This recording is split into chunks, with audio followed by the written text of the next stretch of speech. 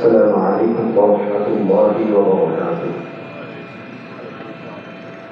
إن الحمد لله نحمده ونستعينه ونستغفره ونعوذ بالله من شرور أنفسنا ومن سيئات أعمالنا. من يهده الله فلا مضل له ومن يضلله فلا هادي له. أشهد أن لا إله إلا الله وحده لا شريك له، وأشهد أن محمدا عبده ورسوله. من يطع الله ورسوله فقد رشد واهتدى، ومن يعص الله ورسوله فقد ضل وغوى. أما بعد، فأعوذ بالله السميع العليم من الشيطان الرجيم من همزه ونفخه ونفثه. بسم الله الرحمن الرحيم. يا أيها الناس اتقوا ربكم الذي خلقكم من نفس واحدة وخلق منها زوجها وبث منهما رجالا كثيرا ونساء، واتقوا الله الذي تساءلون به والأرحام، إن الله كان عليكم رقيبا. يا أيها الذين آمنوا اتقوا الله حق تقاته ولا تموتن إلا وأنتم مسلمون. يا أيها الذين آمنوا اتقوا الله وقولوا قولا سديدا يصلح لكم أعمالكم ويغفر لكم ذنوبكم، ومن يطع الله ورسوله فقد فاز فوزا عظيما. اللهم صل على محمد وعلى آل محمد كما صليت على إبراهيم وعلى آل إبراهيم إنك حميد مجيد. اللهم بارك على محمد وعلى آل محمد كما باركت على إبراهيم وعلى آل إبراهيم إنك حميد مجيد. أما بعد، فإن خير الحديث كتاب الله، وخير الهدي هدي محمد صلى الله عليه وسلم، وشر الأمور محدثاتها، وكل محدثة بدعة، وكل بدعة ضلالة، وكل ضلالة في النار. قال الله تبارك وتعالى في القرآن المجيد والفرقان الحميد: الله لا إله إلا هو الحي القيوم لا تأخذه سنة ولا نوم، له ما في السماوات وما في الأرض.